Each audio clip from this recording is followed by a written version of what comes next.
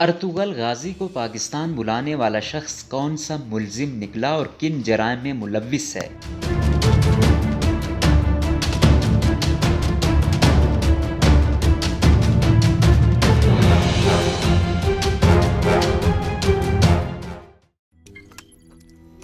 روزنامہ قدرت کی ویڈیو دیکھنے کے لیے ابھی یوٹیوب چینل پر سبسکرائب کریں اور بیل آئیکن پر بھی کلک کریں۔